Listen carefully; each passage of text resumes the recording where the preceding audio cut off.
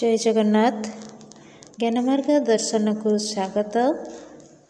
आज आम आलोचना करवा नवम श्रेणी संस्कृत पाठ्यक्रम अंतर्गत आमर जो प्रहेलिका अच्छी ताहार अभ्यास उपरे।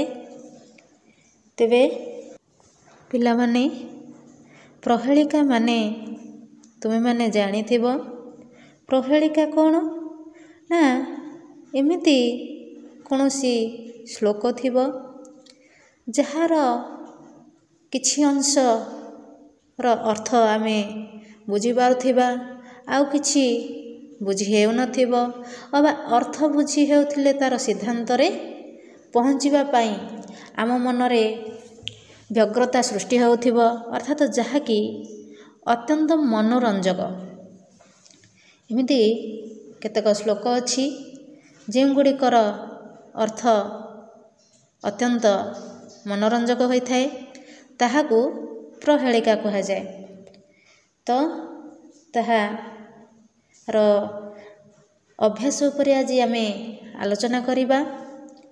तेबे आशा करुछि जदि भिडियोटी भल लगे निश्चित भाव लाइक करिवे, सांग मानक सह शेयर करिवे, तत्सहित आमर चैनल को सब्सक्राइब करिबा हेबे जहा फल कि आमर अपकमिंग वीडियो गुड़िक सर्वप्रथमे आपण मानक पाखरे पहुँची पारिबो। तो आसंतु आलोचना करिबा। एक नंबर निर्देश अछि निज भाषया अधोलिखितानां श्लोकानां वाक्यद्वयेन वाक्यत्रयेण वा अर्थं लिखत। निज भाषया निज भाषारे अधोलिखितानां श्लोकानां तले दिया जाइथिबा श्लोक गुड़िकर वाक्यद्वयेन वाक्यत्रयेण बा दुईटी वाक्यरे बा तीनोटी वाक्यरे अर्थम लिखत अर्थ लेख। अर्थात तले केते गोटी क ठारू उ पर्यंत 5 गोटी प्रहेलिका अछि पिला माने सेगुड़ी को आमे आम निज भाषा रे 2 बा 3 गोटी वाक्य मध्यरे उत्तर लिखिबा बा अर्थ लिखिबा। तो क नंबर देची अनेक सुशिरं वाद्यं कान्तं चारुषि संगीतं चक्रिणा च सदाराध्यं जो जानाति च पंडितः। पिला माने एठी च अछि ताहा स हे जिवो। तेबे अनेक सुशिरं वाद्यं कान्तं चारुषि संगीतं चक्रिणा च सदाराध्यं जो जानाति स पंडितः। करेक्शन करनब पिला माने च जगह रे स लिखिबो।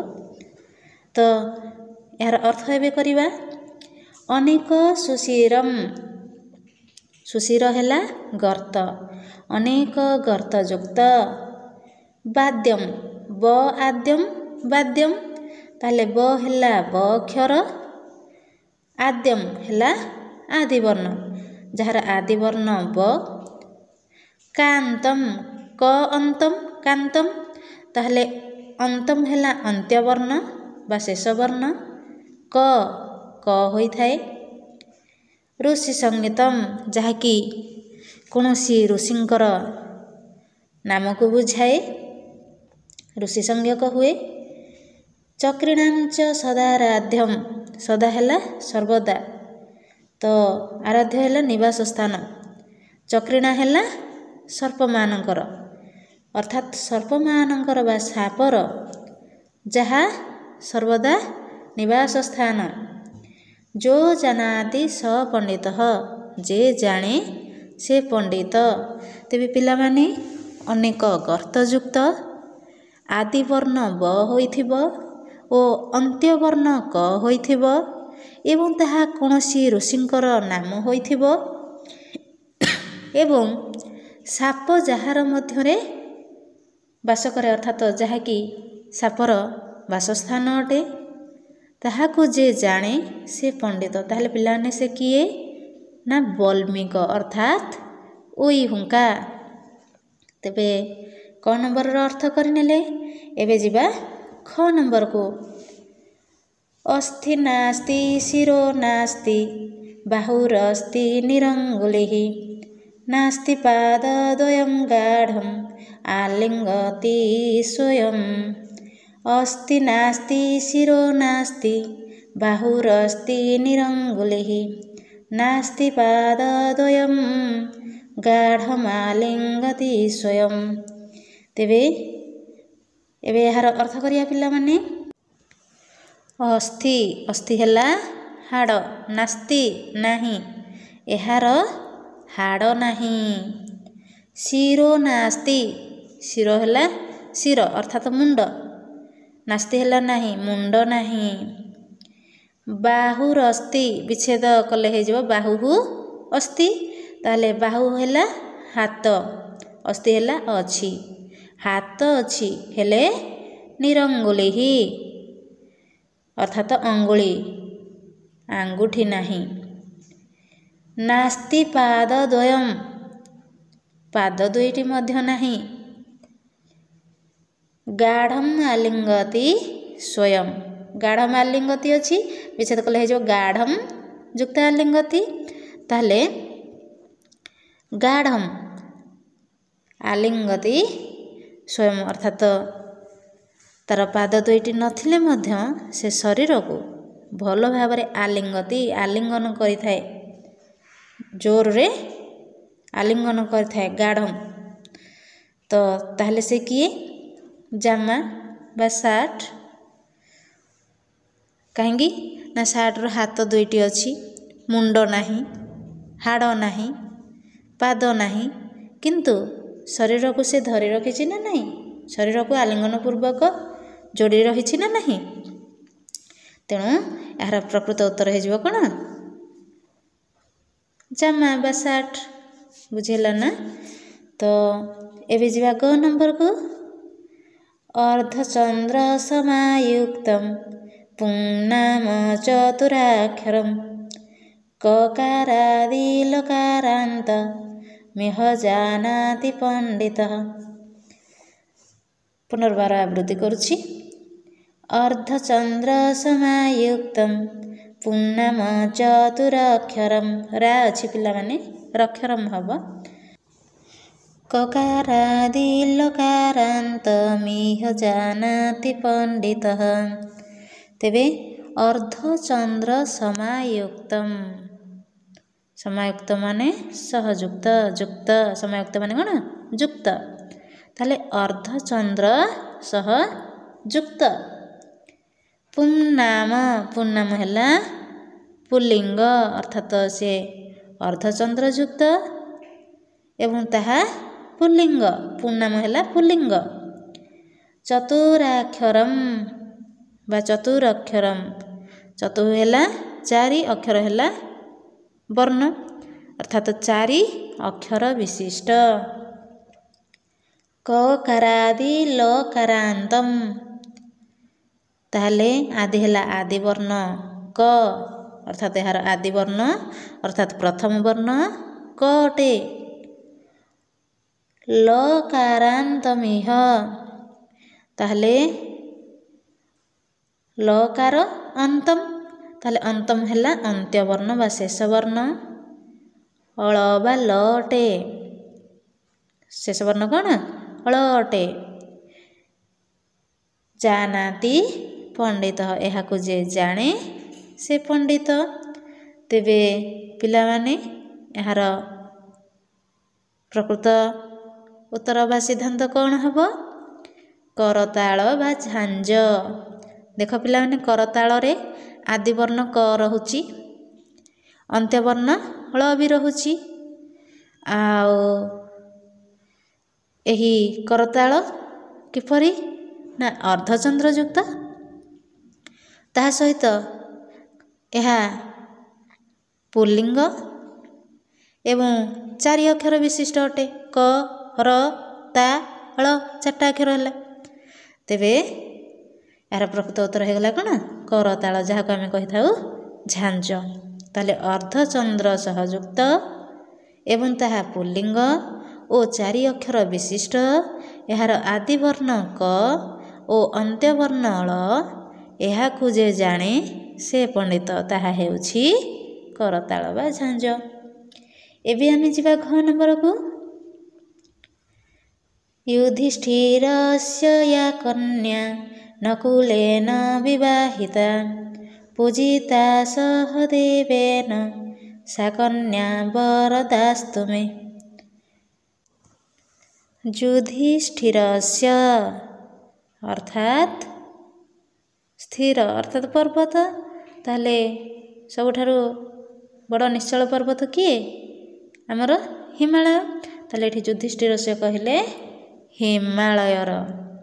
जा अर्थात जे, कन्या अर्थात पुत्री, नकुलेन नकुल एठी हैला शिवंग सहित, नकुल अर्थ एठी कौन शिव, तो विवाहिता विवाह करिछंती बा शिवंगु विवाह करथिले, शिवंग सहित विवाहिता। तापरे पूजिता सहदेवेन एवं समस्त देवतांग सह पूजिता, सा कन्या वरदास्तु मे सेही कन्या मोर वर प्रदायिनी हुअन्तु। तेबे हिमालयंकर कन्या शिवंग सहित विवाहिता एवं समस्त देवतांग सह पूजिता से किए माता पार्वती। तेबे यार सिद्धांत कौन हो गला पार्वती। तेबे यार अर्थ कौन हेबो पिला माने सजे देले जे हिमालयंकर कन्या बा पुत्री एवं शिवंग सहित विवाहिता ओ समस्त देवतांग सह पूजिता सेही कन्या मोर वर प्रदायिनी हुअन्तु अर्थात पार्वती। नेक्स्ट 1 नंबर श्यामं च वर्तुलाकारं पुन्नाम चतुरक्षरं सकारादिमकारान्तं जो जानाति स पंडितः। तले श्यामं च वर्तुलाकारं, तेबे यार वर्ण बा रंग हेउछि श्यामं कला, वर्तुलाकारम आकार अर्थात आकृति होछि कोन वर्तुल गोल, ताहले यार आकृति गोलाकार। पुंनाम यहा पुल्लिंग अटे, चतुरक्षरम चतुः अक्षरम अर्थात 4 अक्षर विशिष्ट अटे। सकार आदि आदि हैला आदि वर्ण प्रथम वर्ण यार तालव्यस अटे। मकारान्तम एवं अंतम हैला शेष वर्ण, शेष अक्षरटी म अटे। जो जानाति स पंडितः, यहाँ को जे जाने से पंडित।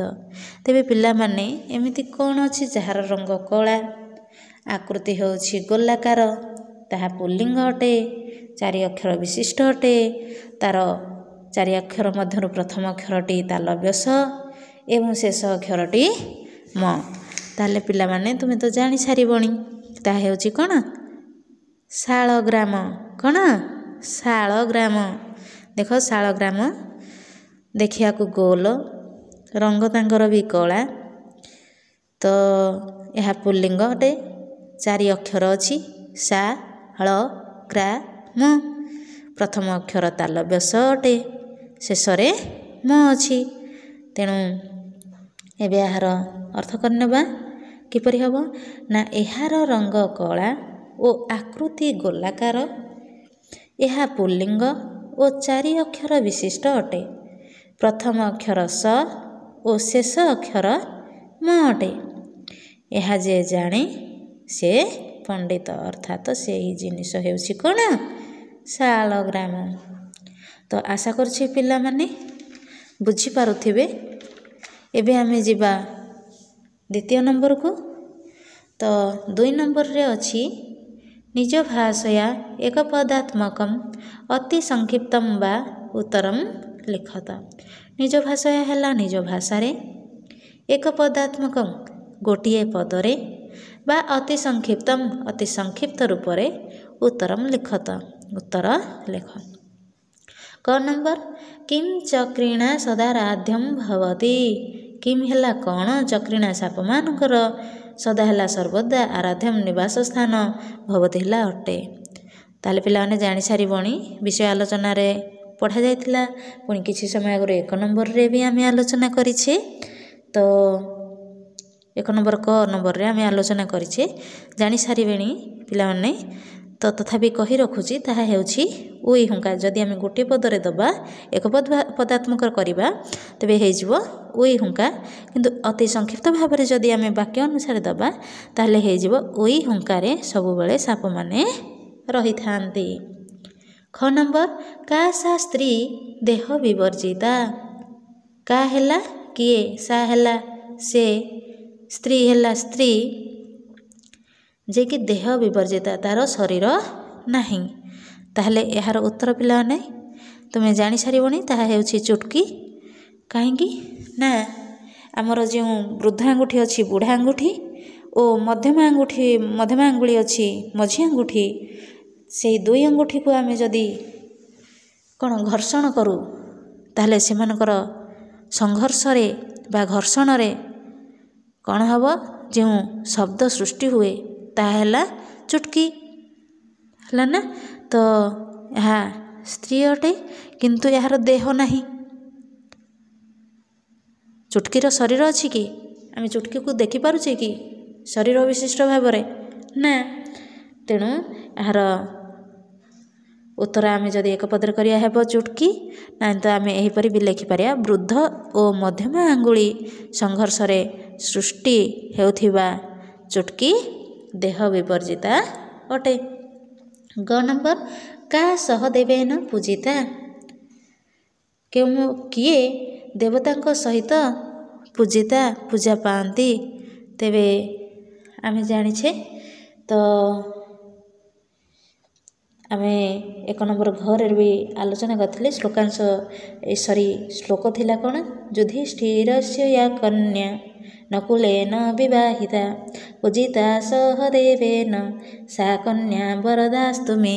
ତେବେ ଏହାର ସିଦ୍ଧାନ୍ତ ଆମେ ଉପନୀତ ହୋଇଥିଲେ ଯେ ପାର୍ବତୀ। ତେଣୁ ଏହାର ଉତ୍ତର ହେଇଯିବ ପାର୍ବତୀ, ସମସ୍ତ ଦେବତାଙ୍କ ସହ ପୂଜିତା। ତାହେଲେ 1 ପଦରେ କଲେ ହେଇଯିବ ଉତ୍ତର ପାର୍ବତୀ, ନାହିଁ ତ ଆମେ ବାକ୍ୟରେ ଯଦି କରିବା ତେବେ ହେଇଯିବ ପାର୍ବତୀ ଦେବତାମାନଙ୍କ ସହ ପୂଜା ପାଆନ୍ତି। ଠିକ୍ ଅଛି ତ ପିଲାମାନେ। ଏବେ ଯିବା ଘ ନମ୍ବରକୁ। କିମ୍ ତ୍ୱଗ୍ ବସ୍ତ୍ରଧାରୀ ନ ଚ ସିଦ୍ଧ ଯୋଗୀ। କିମ୍ ତାହା କ'ଣ, ଯେ କି ତ୍ୱଗ୍ ବସ୍ତ୍ରଧାରୀ ବଳକଳ ବସ୍ତ୍ର ଧାରଣ କରିଛି, ନ ଚ ସିଦ୍ଧ ଯୋଗୀ ଏବଂ ସେ ଯୋଗୀ ପୁରୁଷ ନୁହେଁ, ସିଦ୍ଧ ଯୋଗୀ ନୁହେଁ। ତାହେଲେ ଆମେ ଜାଣିଛେ ଏହାର ଉତ୍ତର କ'ଣ ହେବ, ନାରିକେଳ ଅର୍ଥାତ୍ ନଡ଼ିଆ। କାହିଁକି ନା ତାର ଉପର ଯେଉଁ କତା ଚୋପା ଅଛି ତାହା ବଳକଳ ରଙ୍ଗର, ବଳକଳ ବସ୍ତ୍ର ଧାରଣ କରିଥିବା ବୋଲି ଏହାକୁ ଆଖ୍ୟା ଦିଆଯାଏ। ଆଉ ସେ ଜଣେ ସିଦ୍ଧ ଯୋଗୀ ନୁହେଁ। ତେଣୁ ଏହାର ଉତ୍ତର ହୋଇଗଲା କ'ଣ, ନାରିକେଳ ବା ନଡ଼ିଆ 1 ପଦରେ। ଏହାକୁ ଯଦି ଆମେ ବାକ୍ୟରେ ଲେଖିବା, ବଳକଳ ବସ୍ତ୍ର ଧାରଣ କରିଥାଏ କିନ୍ତୁ ସିଦ୍ଧ ଯୋଗୀ ନୁହେଁ। କିଏ ନା ନଡ଼ିଆ। ନଡ଼ିଆ ବଳକଳ ବସ୍ତ୍ର ଧାରଣ କରିଥାଏ କିନ୍ତୁ ସିଦ୍ଧ ଯୋଗୀ ନୁହେଁ। 1 ନମ୍ବର କୃଷ୍ଣମୁଖୀ କା ସା ଗୌରାଙ୍ଗୀ ଯା ସଦା ପେଟିକା ବାସିନୀ। ତାହେଲେ କୃଷ୍ଣମୁଖୀ ମୁହଁଟି ବା ମୁଖଟି କଳା, ଗୌରାଙ୍ଗୀ ଅଙ୍ଗ ତାର ଧଳା ଅର୍ଥାତ୍ ଶରୀର ତାର ଧଳା, ଯା ସଦା ପେଟିକା ବାସିନୀ ଯାହାକି ସର୍ବଦା ଏକ ପେଟି ମଧ୍ୟରେ ରହିଥାଏ, ସା କା ସେ କିଏ। ତାହେଲେ ଏହାର ଉତ୍ତର ହେବ ଦିଆସିଲି କାଠି। କାହିଁକିନା ଦିଆସିଲି କାଠିର ମୁଖରେ କ'ଣ ଅଛି, ଆମର ଯେଉଁ ରଞ୍ଜକ ଅଛି ତାହା କଳା ରଙ୍ଗର, ତେଣୁ ମୁଖ ହେଲା କଳା। ତାର ଦେହଟି ବି ଧଳା, କାଠିଟି ଧଳା ଅଟେ। ତ ତାହା ସବୁବେଳେ ଗୋଟିଏ ପେଟିକା ଭିତରେ ରହେ, ଦିଆସିଲି ଖୋଳ ମଧ୍ୟରେ। ତ ତେଣୁ ଏହାର ଉତ୍ତର ହୋଇଯିବ କ'ଣ, ଦିଆସିଲି କାଠି। ତ ଦିଆସିଲି କାଠିର ମୁଖ କଳା ଓ ଦେହ ଧଳା ଅଟେ। ନେକ୍ସଟ 6 ନମ୍ବର କା ଅମୁଖୀ କୁରୁତେ ଶବ୍ଦମ୍। ତାହେଲେ ଅମୁଖୀ ଯାହାର ମୁଖ ନାହିଁ, କୁରୁତେ ଶବ୍ଦମ୍ କିନ୍ତୁ ଶବ୍ଦ କରିଥାଏ, ତାହେଲେ ସେ କିଏ? କା ଅର୍ଥାତ ସେ କିଏ। ତାହେଲେ ଚୁଟକିର ମୁଖ ନାହିଁ କିନ୍ତୁ ସେ ଶବ୍ଦ କରିଥାଏ, ଆମେ ଆଲୋଚନା କରିଛେ। ତ ଏବେ ଯିବା ନେକ୍ସଟ ନମ୍ବର 6 ନମ୍ବର।